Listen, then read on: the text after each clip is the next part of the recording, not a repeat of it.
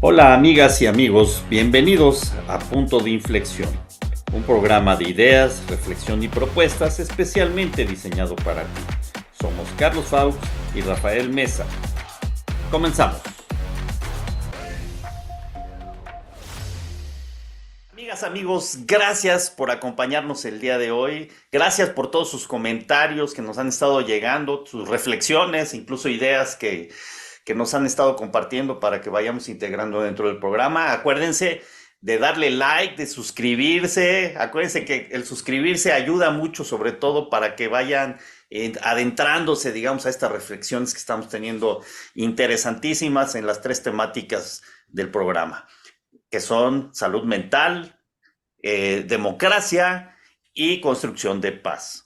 Y bueno, como ustedes recordarán, en pasados programas estuvo con nosotros el doctor José Antonio Crespo hablando acerca de la democracia y las conclusiones que tuvimos con él, que finalmente llegamos a tener, que fue que pues en sí la democracia está en jaque. Y pues ni qué, es un tema vital, importantísimo, no hoy, siempre, y que debemos de seguir abordando y seguir afinando mucho nuestra reflexión para llegar a conclusiones y saber qué es lo que tenemos que hacer como ciudadanos. Y para esto, el día de hoy, vamos a continuar con este tema de la democracia. Vamos a hablar acerca de la recesión democrática, un tema que se compagina con lo que hemos estado hablando con el doctor Crespo, pero para esta ocasión tenemos un invitado muy especial. Tenemos con nosotros al licenciado en Ciencia Política y Administración Pública por la Universidad Iberoamericana y maestro en Gobierno y Políticas Públicas por la Universidad Panamericana, al presidente del Instituto Jesús Reyes Heroles del PRI nacional y al presidente del Comité Directivo Estatal del PRI en el municipio de Querétaro, diputado local por representación proporcional del grupo legislativo del PRI de la legislatura actual del estado de Querétaro, al licenciado Paul Hospital. Paul, muchas gracias por estar con nosotros. Bienvenido. ¿Cómo estás, Paul? Encantado de saludarlos. Muchísimas gracias a ustedes por la invitación. Gracias, Carlos. Gracias, Rafael. Rafael Mesa con S y yo soy Hospital en H. Y la verdad, porque los temas que ustedes tocan aquí son por demás importantes, pero han sido además prioridad en mi agenda legislativa. Ya llevamos 2 años acá en el Congreso del Estado de Querétaro. Nos hemos abocado muchísimo a trabajar estos temas. Entonces, bueno, pues qué mejor que platicarlos con ustedes. Gracias por la invitación. No, No, al gracias a contrario, ti. muchísimas gracias a ti por aceptar. Y bueno, pues es un de lujo pues que tenemos ahora. Y nos gustaría comenzar primero por tu experiencia, como hacemos, ¿qué es lo que te lleva incluso a decidir tu carrera, como ya como una vocación que tienes desde muy joven? Fíjense que, digo, voy a tratar de hacer corta la historia, Ajá. pero del mismo nombre, Paul Hospital, él llega a México después de la Segunda Guerra Mundial. Él era militar del ejército francés y pues Europa queda destruida después de la guerra. Él decide entonces venir a México a buscar suerte, venir a América y buscar suerte. Y la encontró y empezó a trabajar y tuvo él era comerciante, entonces él vendía pues como cosas para las licuadoras, aspas y demás, allá en el centro de la Ciudad de México. Y pues pagaba un local, él pagaba renta, pagaba agua, luz y demás. Y de pronto, un día, empezaron a vender los mismos productos, pero chinos, afuera de su local, en la calle. El mercado, pues, ambulante, la economía informal, pero que apenas empezaba en esos años. Y entonces, pues claro, se fueron a quejar al gobierno. Oigan, nosotros estamos pagando impuestos, estamos pagando todo, y hay unos cuates aquí afuera que están haciendo lo mismo, pero sin pagar nada.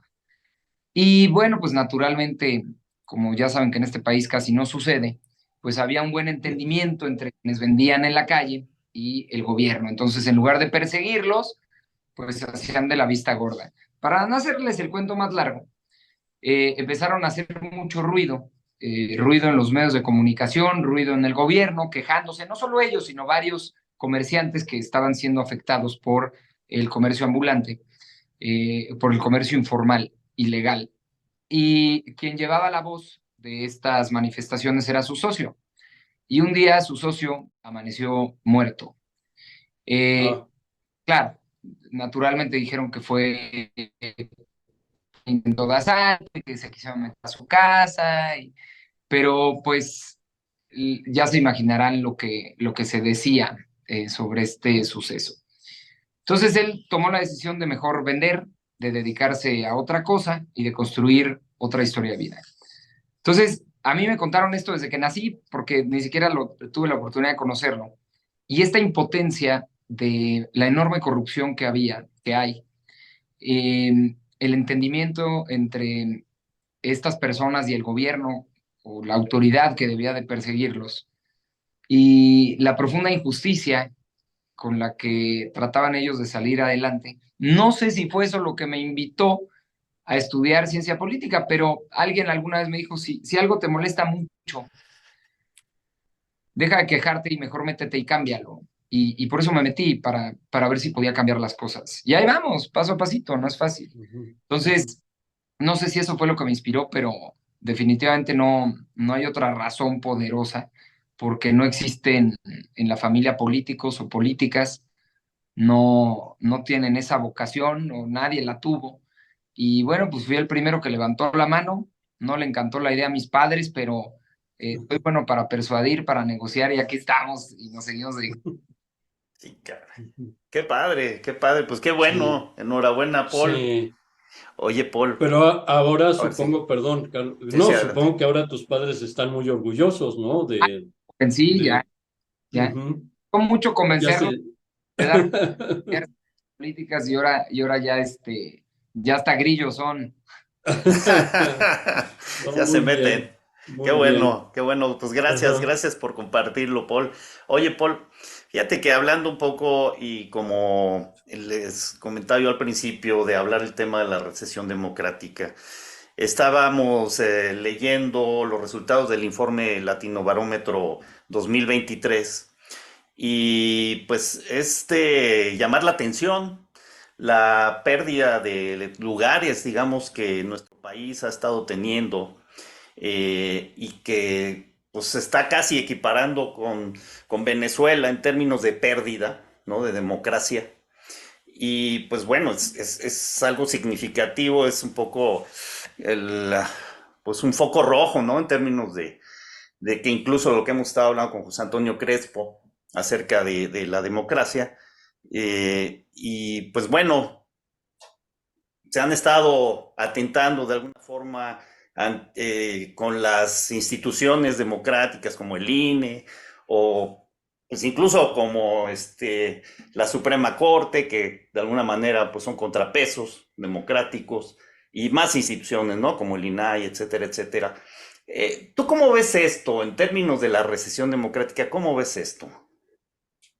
No, a ver, por supuesto, a este país le costaron muchísimas décadas construir instituciones, primero autónomas, segundo fuertes, y que no dependieran precisamente del hiperpresidencialismo en el que hemos vivido durante muchos años, que eso no es nuevo, pero sí se buscó tener un control hacia el poder, tener pesos, tener contrapesos para el poder, y lo poco que quedaba lo han ido queriendo cooptar, pero ¿cómo lo han cooptado? Que esto es muy interesante, porque al no poder pasar reformas constitucionales, porque no tienen la mayoría calificada morena, sino que solamente pueden regular algunas legislaciones secundarias, los cambios de fondo que ha buscado el presidente López Obrador, pues requieren de reformas constitucionales. Entonces, digamos que su plan B, ahora hablando como que en su idioma, ha sido entonces el control presupuestal, el asfixiarlos económicamente, un poco lo que sucede en muchos lugares y lamentablemente en muchas familias de nuestro país, que es la violencia económica de quien paga manda. Entonces, hoy el Poder Judicial no puede ser reformado como quisiera el presidente, insisto, porque no tiene los votos, pero lo que sí tiene los votos es para quitarles suficiente presupuesto o en algunos espacios para tener un control total. ¿Por qué? porque el legislativo hoy lo controla, tiene la mayoría, no calificada ya quedamos, pero la mayoría simple sí. Y ellos aprueban un presupuesto del Poder Judicial. Entonces, estos fideicomisos que están intentando desaparecer, que seguramente lo lograrán porque tienen los votos, precisamente lo que le daban al Poder Judicial era una suerte de autonomía presupuestal. ¿Para qué? Para muchos temas, algunos cuestionables, puede ser y lo podemos debatir, pero sobre todo para el asunto del funcionamiento del personal. Hablamos desde pensiones, prestaciones, jubilaciones, y esta autonomía presupuestal en donde no dependía, gracias a estos fideicomisos, de la buena voluntad del legislativo año con año, sino que mantenían todo esto gracias a los fideicomisos. ¿Qué se está tratando de hacer? Que cada año, entonces, el Poder Judicial tenga que tocar la puerta del legislativo para poder subsistir, en sentido literal, para poder sobrevivir.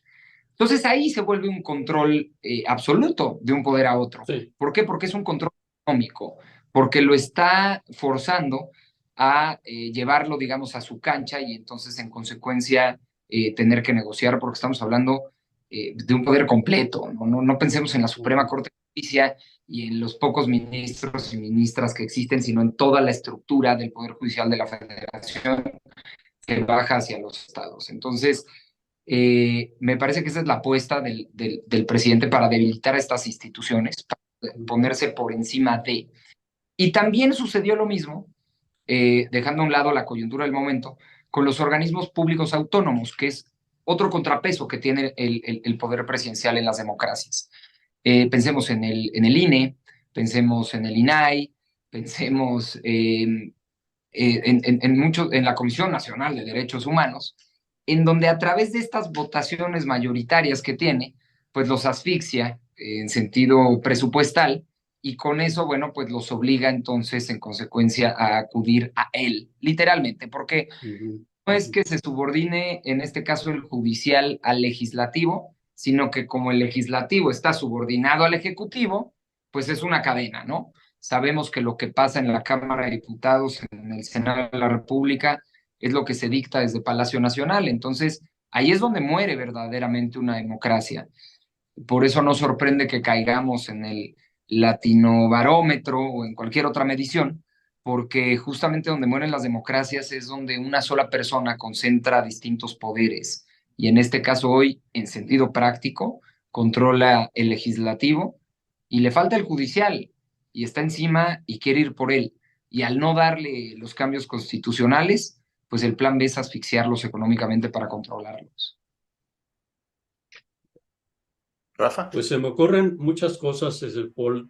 Primero, la cuestión de la violencia económica, ¿no? Que es un tema incluso de la construcción de paz, la cuestión de la violencia estructural, ¿no? Que pasa por restringir recursos, sea por cuestiones de efectos de la desigualdad, pero también por estrategias, ¿no?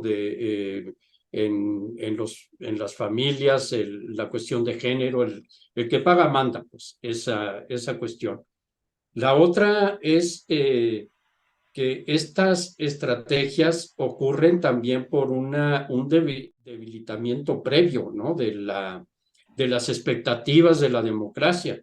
Es decir, pues ganó el abstencionismo, ganó la apatía, ganó el desencanto, y esto es lo que lleva a postular este tipo de populismos en los que se habla a nombre de un pueblo que, bueno, de no sé qué pueblo, se habla a nombre de la restitución de las faltas, ¿no? De la corrupción, en fin, se habla de una serie de cosas que en un primer momento convencen, pero también debilitan, ¿no? Es decir, la gente dice, bueno, pues es el mismo rollo, yo no quiero votar, no me interesa. Y otra cuestión, además de los votantes, el efecto de erosión de los partidos políticos, ¿no? lo que se marcaba mucho, por ejemplo, en la vieja Europa, era que en los 90 más o menos el promedio de miembros de los partidos era 50 años. Es decir, no había una renovación de cuadros porque también impedían esta renovación de cuadros los que estaban. Entonces tampoco se nutrían los partidos de gente joven, de ideas nuevas, de impulsos de participación. Y vemos que toda esta como bola de nieve pues va generando esto que estamos viviendo, ¿no? En tu opinión, por tú que eres joven y tienes una experiencia de compromiso muy importante, que bueno, que hay que animar, que gente como tú pueda pues tener este estímulo, ¿no? Esta vocación de decir, bueno, si algo no me gusta, yo tengo que participar. ¿Qué opinas tú de esta cuestión?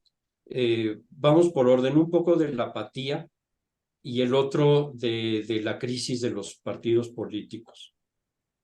Sí, a ver, voy a empezar por la crisis de los partidos, Ok, pero el orden de los factores sí, no no. altera.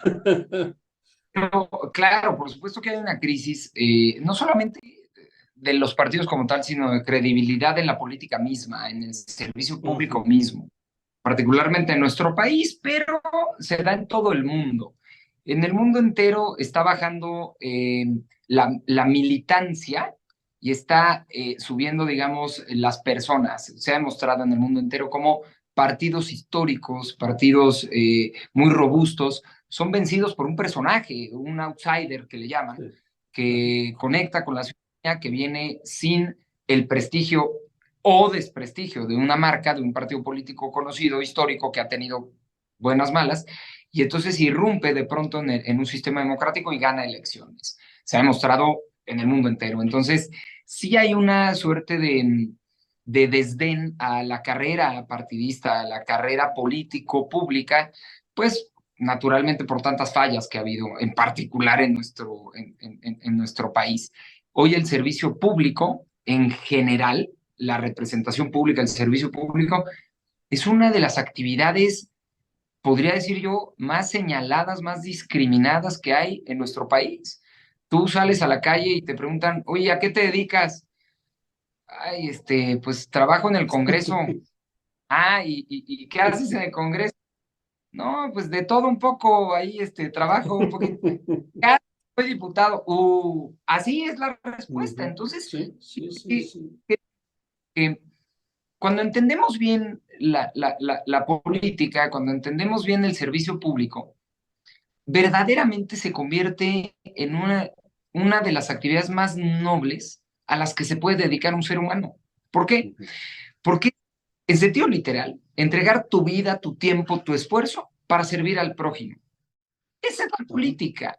ujú, Claro, yo digo eso allá afuera y se ríen de mí.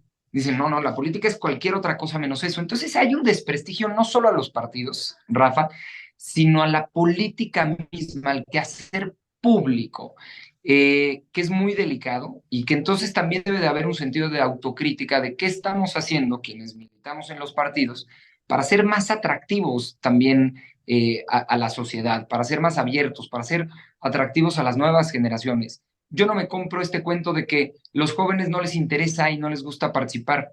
No sé, más bien pensemos en qué estamos haciendo nosotros mal para que no estén interesados en participar. ujú, Entonces, no es, podríamos entrar en una discusión del huevo y la ujú, gallina, pero me parece que sí sí, tocó este asunto.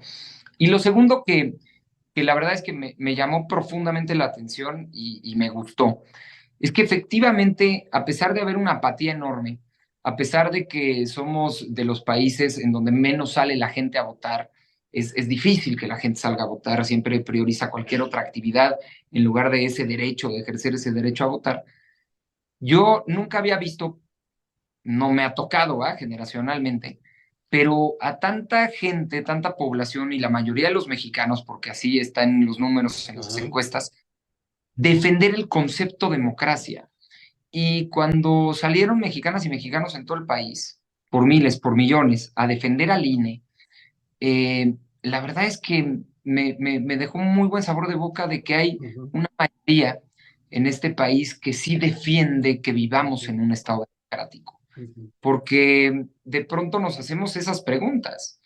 Si a la gente le interesa tanto o no, o mientras estén sus mínimos sociales, sus requerimientos sociales cubiertos, pues les da lo mismo si vivimos en una dictadura o no. Y me parece que cuando fue el conflicto o el punto máximo, el conflicto con el INE, que se tomaron las calles, que la gente salió a manifestarse y que en estudios de opinión se hablaba de una mayoría por arriba del 65% de las personas que defendían al instituto que pues, nos brinda esa posibilidad de participar de manera al menos democrática en la elección de nuestros representantes, es una buena noticia. Que queremos vivir en un país democrático, que queremos vivir en un país de instituciones donde tengamos la libertad de elegir a quién nos va a representar y quién nos va a gobernar. Entonces, no, no hay que comprarnos que la mayoría es apática. Hay que pensar en más bien cómo hacemos más atractivo, cómo les enseñamos el enorme valor que tiene participar, cómo un voto sí puede hacer la diferencia, porque parte de esa apatía es no hacer conciencia de que hay un momento en donde todos valemos lo mismo, en donde no importa si eres una clase privilegiada económicamente hablando o no, hay un momento donde todos valemos lo mismo y es en el momento de la votación, en el momento de elegir a nuestros representantes. Y si hacemos consciente eso, pues seguramente saldríamos a participar mucho más. Pero ahora que se puso a prueba, digamos, como tal la democracia, el pueblo mexicano respondió y respondió mayoritariamente en defenderla. Hay que quedarnos con eso. Muy bien, oye. Oye, los jóvenes, hablando de Esta jóvenes, cuestión de... perdón, Rafa, nada más rápidamente, hablando de jóvenes, No, no, no, adelante, adelante. estaba yo viendo un informe que hizo una que hicieron una encuesta de meveo.mx, no sé si lo conozcas, que es un movimiento que está viendo en redes sociales, muy interesante. Y algo que decían era justo del análisis de los jóvenes, que varios millones de jóvenes, es decir, no tienen su INE actualizado, porque ya se casaron, porque se fueron a vivir a otro lado, porque, en fin, por N cantidad de factores. Pero es un análisis de jóvenes, hablando de muchos millones de jóvenes. Y pues bueno, están haciendo ellos una promoción justamente tratando de que los jóvenes se sensibilicen en el sentido de actualizar su INE, porque pues se vuelve una excusa de no ir, ¿no? Una limitante, para no llamarle excusa, una limitante para no ir. ¿Tú cómo ves esa situación? Tú que eres joven, puedes intuir un poco, pues esta juventud, cómo se ve en esos términos. Pues primero, gracias por decirme joven. Es la segunda vez que me dicen joven, que Pues me hacen sentir muy bien y más. Pero efectivamente hay un desinterés generalizado por participar. Por eso es que vale la pena y siempre hay que poner sobre la mesa las discusiones sobre esta credencial para votar que se vuelva una credencial de identidad entre y obligatoria para los ciudadanos mexicanos, ¿no? Es decir, que no puedas hacer trámites, porque normalmente hay algunos países en donde hay una gran identificación oficial que con esa puedes entonces en consecuencia hacer trámites. Aquí tenemos varias opciones, ¿no? Entonces, si tu INE no está actualizada o no vale o la perdiste, bueno, pues puedes llevar entonces un pasaporte o licencia de conducir o un... En fin. Entonces, debiéramos de poner sobre la mesa nuevamente este carnet de identidad, llamémosle así, para no llamar que, bueno, podría servir para votar, pero también para identificarnos como ciudadanos mexicanos que tiene ahí sus distintas acepciones. Vale la pena ponerlo sobre la mesa y efectivamente, deteniéndome en los que sí son jóvenes, porque dice la ONU que es de los 15 a los 29, entonces ya hace rato. Sí. Eh, Bueno. sí, yo milito en el PRI, regala juventud, los estatutos hasta los 35. Entonces ya ni a esos llegué, pero bueno, hace pero efectivamente los jóvenes, qué bueno que hacen este tipo de campañas, falta mucho más, porque la población joven en nuestro país, en Latinoamérica, es la mayoritaria. Entonces, literalmente estar en sus manos la elección. Es decir, sería este sector de la población determinante, si es que salieran a votar, para ganar o perder cualquier candidato, ¿no? Pero al mismo tiempo, son la población, digamos, mayoritaria en el padrón electoral. Pero cuando ves los resultados electorales es la población minoritaria en votación. Entonces, los jóvenes le están entregando la decisión a los adultos, Así a es. los adultos mayores, que son además quienes más votan. Bueno, las adultas mayores, porque serían las mujeres mayores, pero entonces, insisto, no es solamente culparlos.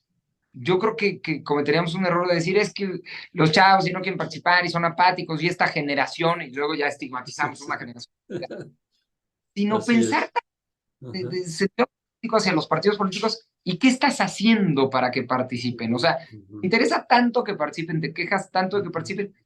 ¿Qué estás creando como oferta para que les resulte suficientemente atractivo participar, Sí, ¿no? sí, Entonces, así es. es el huevo y la gallina, ¿no? Así es, así es. Por Sí, supuesto.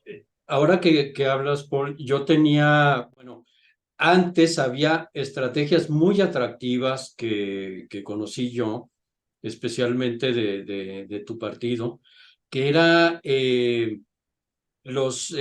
las becas de doctorado. Eran un esquema muy importante para atraer jóvenes. Yo conocí jóvenes muy eh, abusados que tuvieron esta beca y tenían esta como, ¿cómo le llamaremos?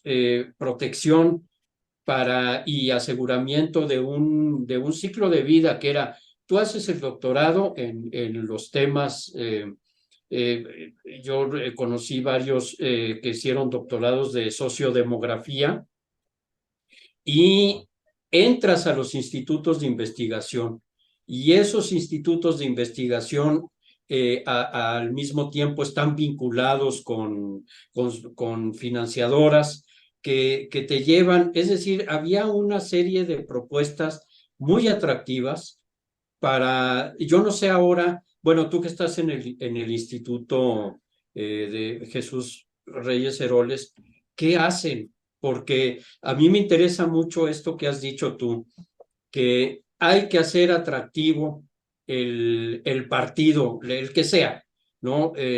Por medio de las fundaciones que tienen, de la promoción de becas, de programas de capacitación política. Había una serie de programas que yo no sé si los tengan, no los tengan o qué ha pasado.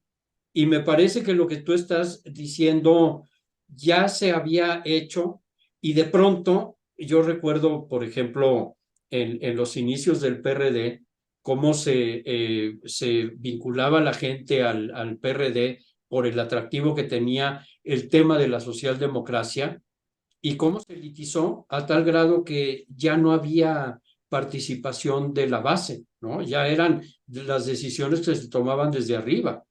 Y bueno, ya vimos la suerte que corrió el PRD, que no sé si te puedo abrumar con esto, ¿no? Pero me parece que lo que has dicho tú de hacer atractivo, pues hay una cantidad enorme de estrategias para lograrlo y que Sí, seguramente pues tú conoces, ¿no? sin duda alguna. A ver, fui presidente del Instituto Reyes Heroles, que es el otrora ICADEP, que fue el Instituto de Ok. Capacitación y Desarrollo Político Ah, del PRI, que antes fue el ICAP, que era el ajá, Instituto de Política. Pero como no nos convencían las siglas, le pusimos ajá, Instituto Reyes Heroles, porque ah, justamente él, uno de los grandes ideólogos del PRI, es sí, quien apuesta y crea una ujú, instancia para la capacitación e información de cuadros. Ellos siguen haciendo, y hay programas, me parece que en todos los partidos, no sé si en todos, no estoy seguro, de formación de cuadros, se le llama cuadros, ¿no? En política, pero es formación sí, de políticas al servicio público, especializados en la materia, y hacen convenios y hacen becas y así es. demás. Pero nunca va a superar un partido político con los programas que tengan de becas al extranjero, de doctorados, de maestrías, de licenciaturas, al aparato gubernamental. Y lo que abandonó este gobierno fue eso, fue justamente esas becas, por ejemplo, del CONACYT, fue esa apuesta para que jóvenes talentosos que no estuvieran en la mejor situación económica, que no tuvieran la posibilidad, pudieran seguir avanzando Ujú, académicamente. ujú. Para entonces, en consecuencia, tener también mejores servidores públicos. Miren, yo estudié la maestría de Gobierno y Políticas Públicas en la Universidad Panamericana y ellos tenían algún convenio con distintas secretarías del gobierno federal en donde la secretaría seleccionaba a través de un concurso interno algún joven, ese era el requisito, jóvenes menores de 35 para becarlos y estudiar la maestría de Gobierno y Políticas Públicas en la UP.